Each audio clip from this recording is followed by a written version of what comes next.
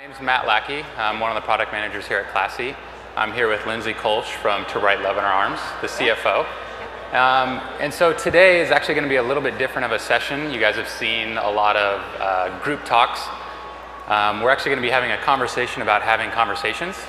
So it'll be interesting, it'll be fun. Hey, so fundraising as a conversation, how giving the space to share drives fundraising success.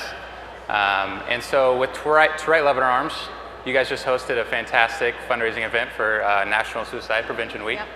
So I'm going to hand it over to you to introduce your guys' mission and then kind of talk a little bit about the campaign, set the standards, and then we'll go through a few set of questions that I think runs a good fine balance between strategy and tactical. So hopefully you guys have some lessons learned along the way, a lot, as well as the strategies that you guys put into place. Yeah, definitely. So as Matt said, my name is Lindsay Kolsch, and I work with To Write Love on Her Arms. And our mission is to present hope and help for people struggling with depression, addiction, self-injury, and thoughts of suicide. And actually, our organization began in 2006 with a t-shirt and a story.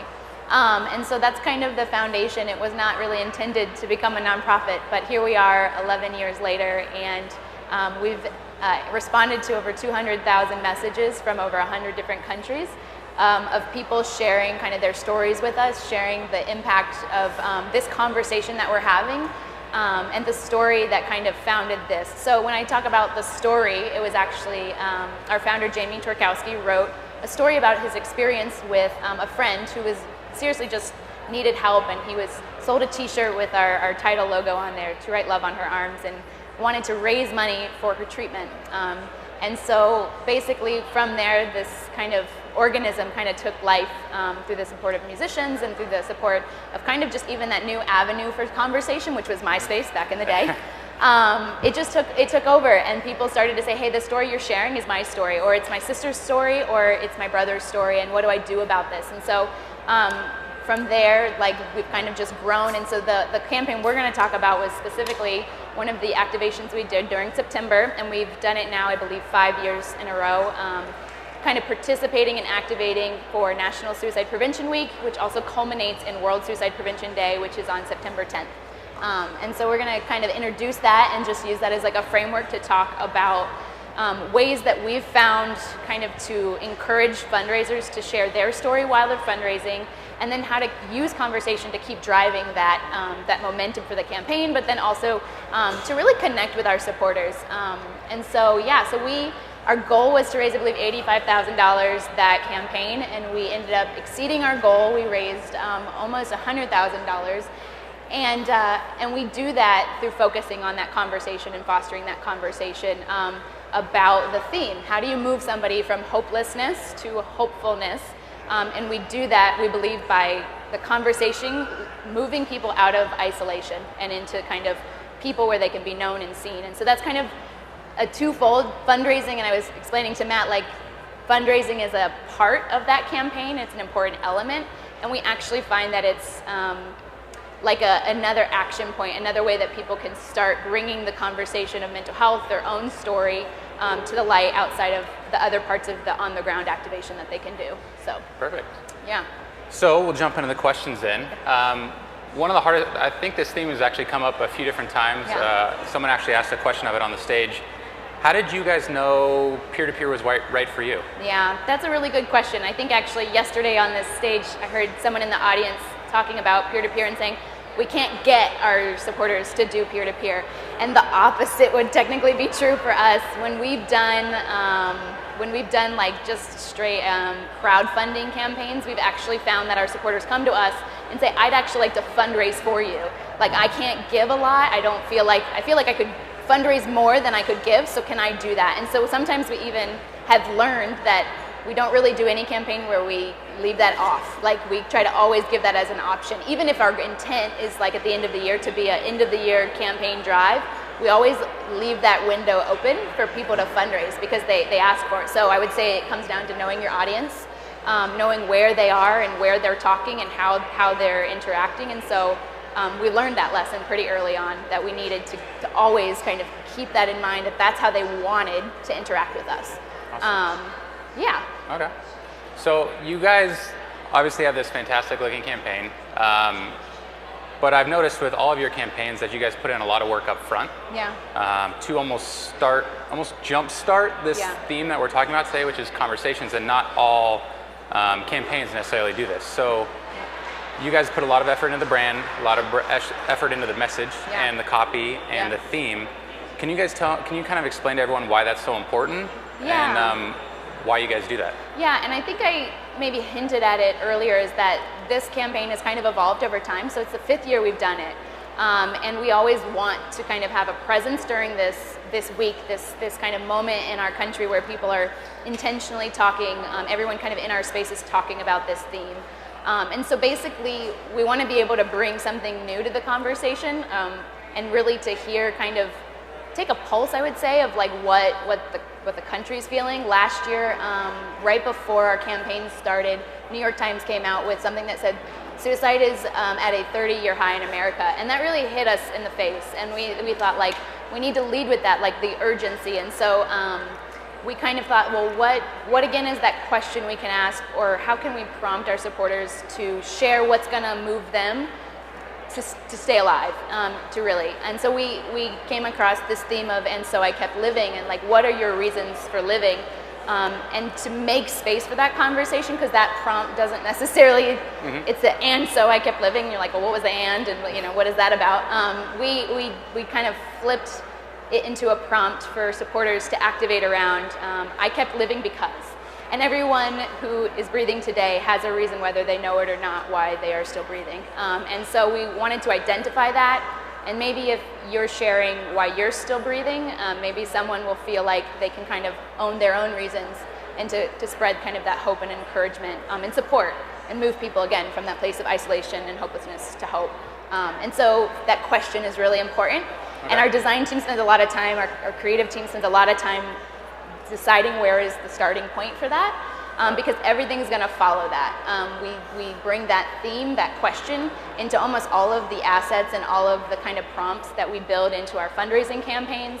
We lead using that question for the things we share on social media, and even our blog content and the other stuff that we're putting out always kind of has that main theme. So we think it's pretty important, to give them a structure, a So framework. have you guys ever done it without it? I think our very first year we did it without it. Okay. Yeah, and then you start to realize, okay, well, just celebrating the week of National Suicide Prevention, like, that doesn't actually facilitate, it doesn't really drive home what you're trying to do. So we've just learned over time that it was important for us to ask a question. Okay. And it actually helps because people can interact with it in different ways that they want. Maybe you're a writer and you want to answer that in a long form blog, or maybe you are creative and you want to create some type of artwork that responds to that. We've seen the gamut, and so really giving people that avenue. And that's really, again, I come back to fundraising because that's what I do, but I really love that fundraising kind of has a home for all of that. You can share the creative, you can share the personal, but it facilitates, it gives that permission to have the conversation with people in your networks, in your social community spheres that maybe have never heard part of your story or why this matters to you. And so that's been really exciting to kind of own that and know that that's purposeful. Good. So, yeah. I think that kind of leads into how you jump started. So I think one of the neatest things you guys had on every fundraising page, I went through and clicked through and read through all of them, is that they all had this personal story. Yeah. And I don't know if anyone's, a lot of us here probably ran a peer-to-peer campaign. It's hard to get that initial share, that initial buy-in. And when I saw, and you had to explain this concept to us, I thought it was a fantastic way to get that over that first hurdle.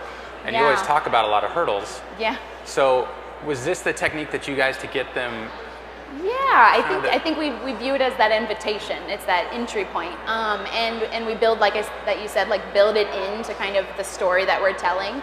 And we found the top example, Jamie, one of our top fundraisers, she used the story part, but she also used that kind of that catchphrase, and she decided that was like her personal mission statement, and she kind of started the conversation there. And then other fundraisers will use more of the preloaded content that we come up with for them. Again, we kind of actually build in a blank long space in the preloaded prompt because we want you to respond. So I think it's that, but then I would also say it's culture. Like, we started from a story, we started from a conversation, And so it's kind of in our DNA to encourage people to share their story, and we say your story matters. So if we really believe that, we want everyone to kind of use that. And so we'll have a lot of touch points during the campaigns to kind of make sure that people feel comfortable and they're reminded, hey, make this personal, tell them why, and that's really like the goal. And then so that people know that they have support in that, because that can be a scary thing. You don't just need permission, you need to feel like it's a safe place to share, which the internet is not always a safe place to share. Yep. We try to come alongside people and interact with our supporters so that they know that we see them, we're with them, and we're kind of in this together. And that's how the conversation starts. Got and it. then it goes from there. So actually, it's a great leeway. So we kind of talk about a lot of this upfront effort to get started on a campaign, and it seems like that pays dividends for you guys as far as that upfront effort. For the people in the crowd, what would be the recommendations if you're trying to get a campaign up and running, to the amount of work or even the type of work that you do prior to setting up and kind of pushing out a peer-to-peer campaign? Yeah, and that's something that we spend a lot of time kind of making sure that it's kind of like a holistic view of the campaign. So fundraising is a part of that. But when we start with the conversation, and you have that theme that you're going to weave throughout everything, it helps to really be able to then say, we're gonna have the donor experience the conversation in this way. So we're mapping out literally what does our donor experience from the time it sets it up on Classy to the number of times we're gonna touch base with them, whether it's a personalized email from our team, our milestones from a team. We kind of map out the whole. We don't like pre-tell the conversation because we also want it to unfold naturally, but there is some level of what's our commitment to this conversation, because a conversation is not one-sided. It's not one-sided. So naturally, you want to have a team that's committed to being kind of interactive, and I think the Classy platform really lends to that. We do some things like making sure that when someone sets up a fundraising page, we'll comment on that page from To Write Love and respond directly to what they're sharing. We want people to feel heard and seen, and then we model that. Our team models that. We kind of lead it, any campaign, with sort of our staff responding first and kind of putting it out there, and it doesn't hurt to kind of know that, hey, like this feels authentic, this feels real. So there's definitely planning, giving the framework, and then fleshing out what does that really look like. It's nice to think you're going to be able to call every fundraiser, but you have to know what your bandwidth is, and is there a better way to kind of transition that? So connecting with them is important. Do you guys like sit there and draw it out, a spreadsheet, or plan everything? Yeah, we workflow it. We definitely do. And we're working across a couple of different platforms. So we'll be talking about our team specifically, how we're going to reach out to our fundraisers.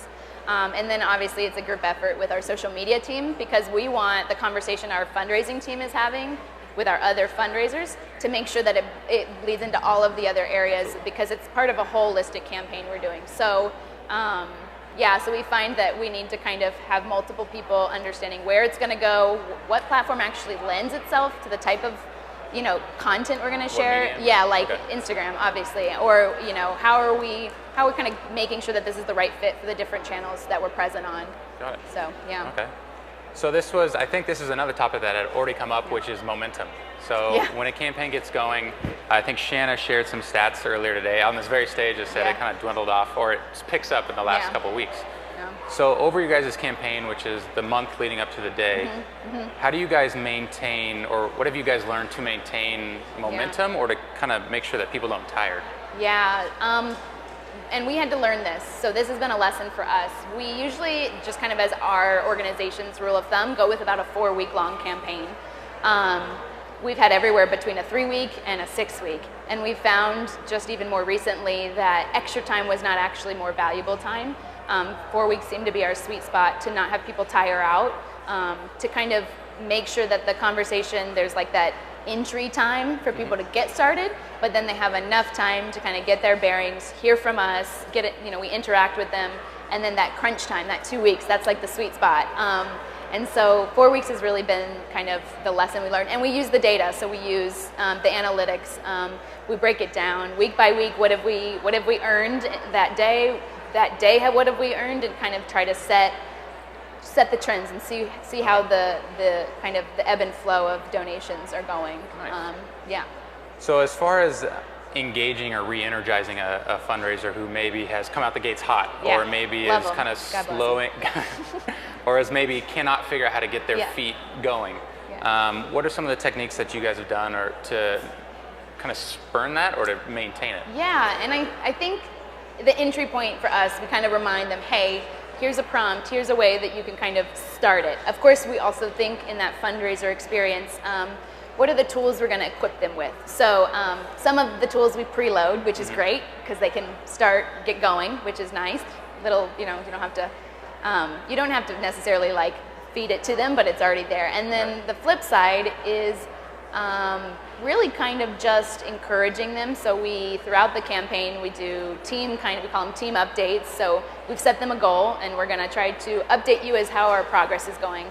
And then beyond that, I feel like it's just giving them new assets. And I know that sounds kind of weird, but maybe it's timing out the assets that you do have. So our development team, our branding team might create something that we know we're gonna give to them in the second week, kind of re-energize them, something new to share. And we've learned that some people are more creative than others. So if they're not great at hand lettering, we can kind of give them something that they can repost, re-energize their fundraising efforts.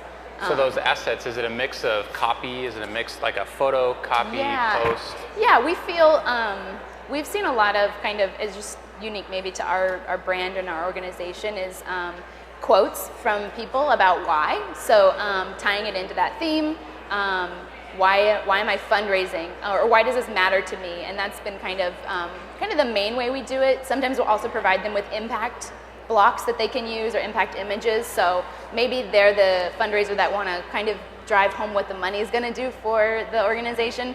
Those people will be more attracted maybe to the this is what my dollars raised is going to do for the organization. And then there's other people who just love kind of the creative expression and kind of the poetic nature of the responses, and they might go more towards the kind of the imagery that's Got it.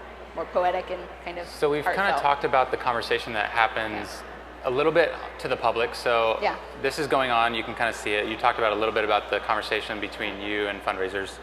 Are there any other type of conversations? It's not just personal. I mean, there's something public going on, but there's stuff behind the scenes. Yeah, and we were talking about that. Sometimes we found, just by the nature of the work that we do, these issues are very personal, and sometimes something that might start, the conversation that might start on Facebook, we actually then private message and say we'd actually like to talk to you kind of in a more like kind of private area. And so knowing kind of what makes sense and what's a safe space to share has kind of been like a learning curve, and trying to respect kind of the story, the value. Like we don't expect people to share their whole life story.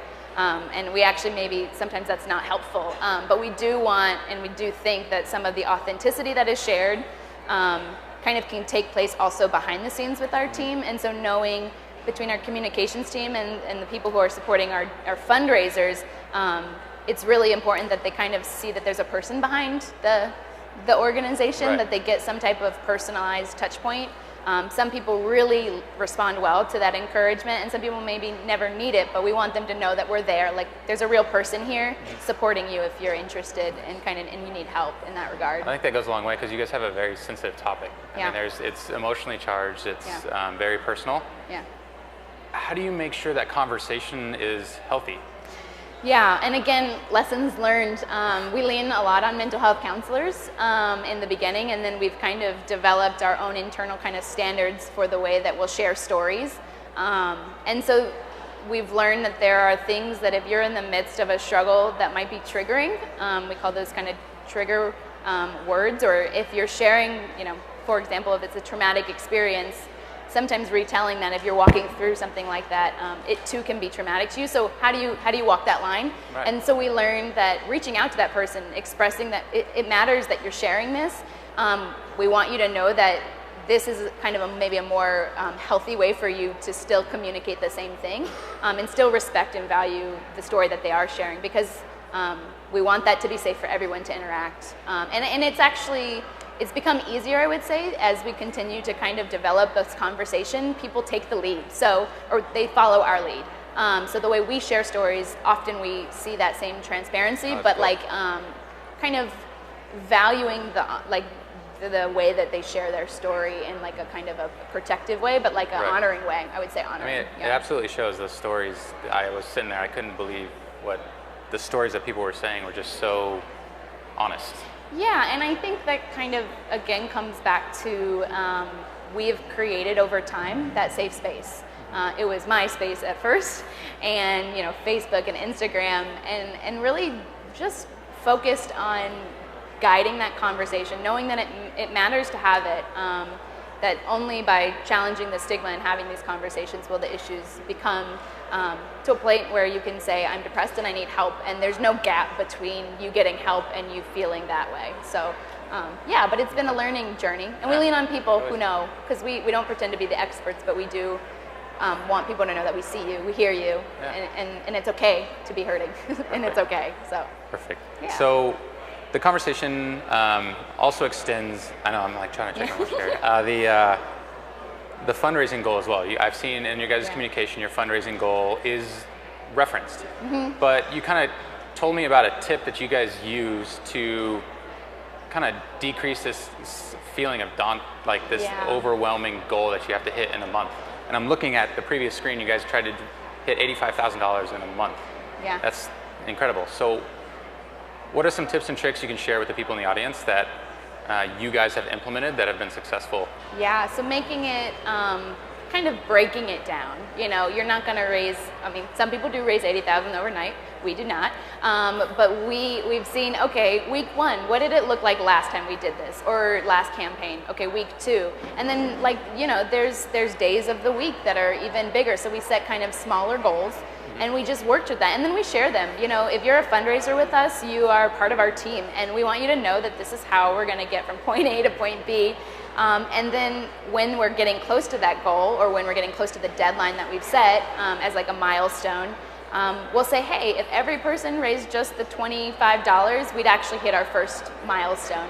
With our last campaign, it was kind of more physical and mental health related. It was called the Run For It 5K, and that's 3.1 miles. And so instead we transitioned our milestones to be mile related. So we're at mile 1, we're at mile 2, we're in the home stretch, kind of themed it that way. And we've just found that people respond to kind of those immediate challenges, and then over time you're going to be able to hit the big challenge. And then of course that 2-week sweet spot, that's golden. And then we kind of saw people just a flurry of activity and really kind of power home on this campaign specifically. So don't be afraid of a big goal. Try to make it manageable. Try to take bite-sized goals one at a time in strides, because it's exhausting. It can be exhausting. Most of our team fundraises and kind of usually has some type of team presence on any of the campaigns that we do. So I know, I personally know, I'm like, oh my God, I'm still fundraising. This is my job. But you know what I mean? I know that it's tiring. And so that's where it comes back to that 4 to 6 week. 6 weeks is a little too long for us, but it might be right for your community. You just kind of have to experiment. You have to be willing to kind of say, let's try 5 weeks this time and see what happens. Nice. And the one thing, now that I'm thinking about it, I didn't mention was a soft launch, who are your dedicated fundraisers? Who's kind of just killing it? Who can you say, hey, will you help us lead the charge? Let's get out the gate, the first week. And so that soft launch is not really public, but it's kind of getting some momentum built. So when people kind of are announced and invited into it, then you kind of have some more momentum moving into it. So with that soft launch, do you guys already know who you're planning to reach out to for that? And so then what are some of the things that you guys do to kind of convince them to be that help for you? Yeah, we hope that it's exciting. We're really super lucky to have supporters that come back year after year, who look forward to raising money. This specific campaign raised money for treatment and recovery. And so they look forward to being able to have that impact. And so we kind of reach out to some of those key people, but we also reach out to some of our other supporters that have shown that they are committed and they want to continue to work with us. So that might be, we have a university chapters program, that might be giving them hey, here's a big reveal, kind of building up the excitement, get them to buy into it and say, we need your help. This is our goal. We want to have this is our first goal. Can you help us get started? And I think there's also kind of, you're building that relationship with them when you kind of are sharing a little bit before everybody else gets to see it. There's a bit of that exclusivity because they're your top supporters, and those are the people that are really in it with you. And it's always exciting to see names come back through every year and yes, they're back, and it's awesome. And yeah, it's just really fun. Right. Yeah, Absolutely. but it's fun. Good. So we have a few additional questions, but we're going to leave it open for questions from you guys as well towards the end. So if you guys have any, start figuring out or thinking about what you'd want to ask Lindsay. So we've talked a lot about setting up the campaign, during the campaign, and one of the things that you guys do, which I was really impressed with, was continuing the conversation after the campaign. Yeah. I know there's a lot of discussion about impact and reports and everything else, but you guys take it a little bit more personal. Can you explain that?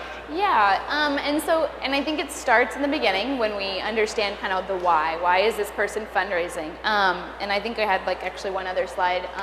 Nice. One of our top fundraisers from that last campaign, I'll just use her as an example. Her goal, she said if she hit $1,000, she'd shave her head, and she did in a day.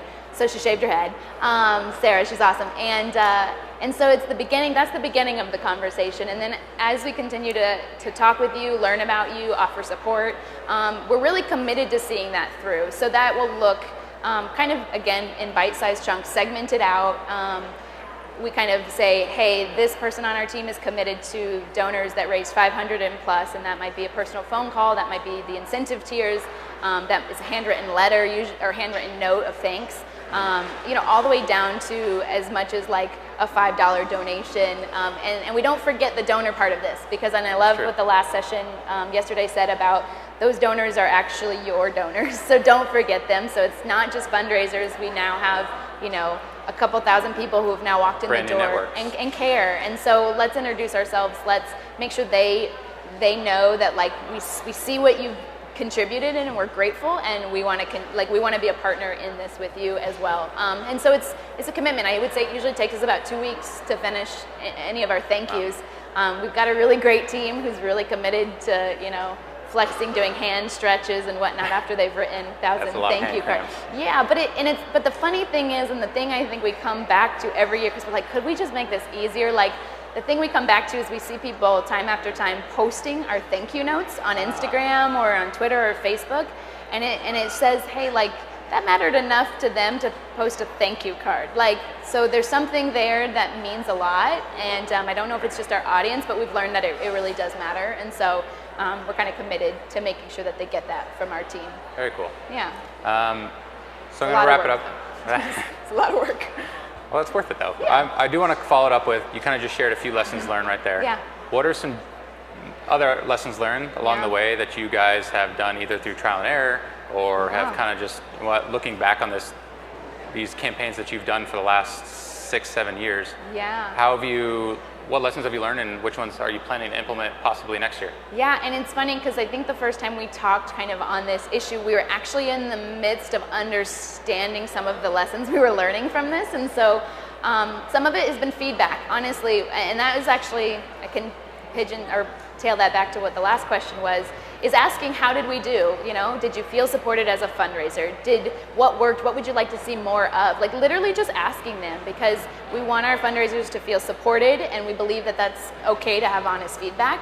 And so we take that feedback and then we kind of say, well, what worked? One of the things that we learned from this specific campaign was that we could do better with encouraging our teams, kind of incentivizing our teams or coaching teams to lead their fundraisers instead of just allowing it to be kind of like an office pool, really empowering. And so one of the lessons we're going to try to take back is how do we empower those rock star fundraisers if they're going to come back next year? Hey, would you like to lead a team? Kind of give them that next level of ownership, and then they can kind of mentor, and they've proven that they know kind of, and they're comfortable in that space, and they can bring other people kind of into the community. So I think we're really interested in that lesson. And then again, that week, each campaign we do, technically, I would say, has a bit of a different flavor. So it definitely has a different flavor, but it definitely, the number of weeks is even different between the campaigns that we do annually. So we've learned that, our spring campaign needs to be a little shorter. Our fall campaign can actually be a little longer. And it just depends based on the type of content that we're doing. Okay. So that's definitely one of the lessons. And then I think I love data, love stats. We like looking at them and saying, how does year over year, how does that change, or what do we need to tweak? But I think we end up in kind of that touch point is the big lesson that we're trying to figure out now. What's the sweet spot for the majority of our fundraisers, how often do they want to hear from us? And I think the custom questions, we're getting all types of information that we're integrating into our next campaign here. Is like, yeah, ask up front, why are they fundraising? Maybe they have a public reason, but really like ask them from the organization, how, and that helps us tailor our communications better. So I was going to ask, what do you guys actually do with that then? Yeah, right. yeah. Perfect. I mean, I think again, if it's the incentives, they're just really stoked about maybe coming to our Heavy and Light event, which is in Orlando. If they're really stoked on that, then how do we kind of remind them and explain what that incentive is, Or if they're really just love like the fact that people are going to have access to counseling because of the dollars they raised, kind of give them those tools to share that asset, and then that way everyone can kind of like, it just personalizes that experience and their motivation. So, perfect. Yeah. I think that's it. So I kind of want to open it up. Okay. Thank you very much. Yeah. It's always fun. We have I love what you guys do all the time. So I'm excited to see that next year's campaign. We have a microphone in the back, and if anyone has any questions, raise your hand, and we'll go from there.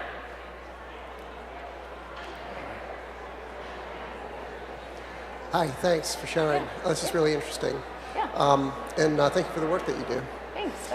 So how many of these fundraisers do you do a year? Okay. And how do you think about scheduling them? And then part 3 is, do you have, it's actually 4-part. Okay, I'm part tracking 3 with is, you. I got you. how do you do the question or the theme, and then the last one is how do you schedule content, like an editorial calendar around it? Okay, so Phil's got the one question. Yeah, we're done. Q&A's over. No, I'm just kidding. Those are really great questions, and actually things that I think we were hoping to touch on. That I'm glad you brought those back up. So as far as our calendar goes, we do something in the spring called the Run For It campaign. It's a 4-week-long campaign, and that usually happens the middle of March to the middle of April, and that's our spring campaign. And we've done that because there's kind of that fatigue of the end of the year, because we do so just as I'm going forward in the year, the spring campaign, we have kind of a quiet summer that we usually focus more on like monthly donors and kind of more specific targeted. It's not necessarily a peer-to-peer. And then in September, this is the big campaign. This is the one that can be running a little longer, 5 weeks, 4 to 5 weeks. And that's the one that is kind of, I would say, our flagship. It's the biggest part of our year, and so our content is definitely more heavy in that. And then again, October seems to be a quiet month. People are recovering, and then it's the end of the year, Giving Tuesday, and all that kind of launches in. So we do stagger it because we've seen fundraisers go from the spring campaign to the fall campaign, and we love that if they want to join us for that, that's awesome, but we also don't want to like exhaust them. We would like them to have a breather, and it gives us space to talk about our monthly donors, and it gives us space to talk about supporter benefits and what people are doing outside of the peer-to-peer campaigns. So I think that was number 1. Number 2, you were asking about the question, or did I miss something? The question. Yeah, the theme, and this is something we were talking about. Oh, I got it. Got it? All set. We were talking about this, and I told Matt, it's like, there seems to be not a right and a wrong way to ask a question, but I'll say it like this. Maybe there's a more inviting way to ask a question or to prompt a conversation. And I think our questions tend to be more poetic, or kind of give more room for people to infuse what they're feeling, what their experiences are, into the response. Some people might be very literal with it, but the hope is that they can kind of be creative with it. And so we don't just ask, why does suicide prevention matter to you? Obviously, that feels like there's a right answer. Do you know what I mean? Like we don't want them to feel like I love the slide before, I don't know if we can go back. Someone says there are still dance parties to be had. I love that response. Like, yeah, great. You're like, there's something that makes you feel alive when you're at a dance party, That's awesome. For somebody else, it's their daughter or seeing the first birthday of their kid. And so we really want to make space for people to respond. And then you have to know your audience and how that might play into it. And it doesn't work for everyone, but I think the way you frame the question is actually really important, because it needs to be concise enough, but kind of give space to share in like a variety of ways. And so tone, knowing your tone, knowing the voice in which you communicate, that's just something that has kind of culturally evolved at our organization, and our founder is a really great storyteller, and he kind of has that knack for how are we framing this conversation, how is the story that we're telling. It was another, help me out. The content calendar. Content calendar, yeah. So it's kind of that mix. WSPD is kind of the culmination of our year. And so we're super content heavy, and we have to work with our social media team, and they put out blogs, they put out videos, they're putting out tweeting and stuff, and we just try to work into the conversation what our fundraisers are sharing, because they're still a part of the conversation. So when we talk about trying to share like our platforms, we try to make it very natural, and it's never just like donate here. We're kind of trying to facilitate like this is our fundraiser, this is their response, this is really amazing and inspiring, will you join us as a fundraiser? So kind of starting at the point that's authentic to the campaign, and then allowing people to then become a fundraiser or to donate. We very rarely just ask people to donate, which maybe there's some donor aversion built into some of our culture, but we found that like just sharing what our fundraisers are talking about and what matters to them is actually more authentic and relates better to our audience. So does that cover them? Yeah, but those are good questions. Thank you for asking, awesome. For sure. All right, so any other questions? I think we've got. All right, I did want to double back on one of the things, Okay. which was the fundraiser content, the content that you actually pull from your fundraisers.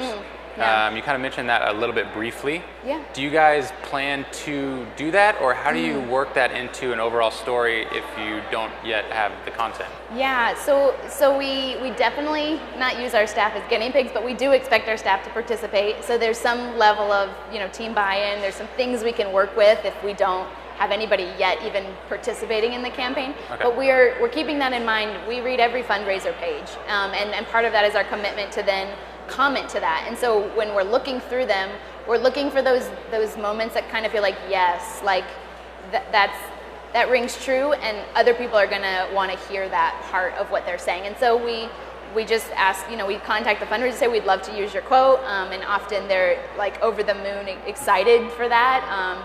And we don't always assume that people want to be kind of publicly kind of used as an example, but we do. We like to share that, and we get excited when they're open to it. And so we're looking for it, yeah. And I would say that's part of the conversation. Looking on ways to kind of cross-pollinate. It's not just on the Classy platform, and it's not just on in Facebook or Instagram.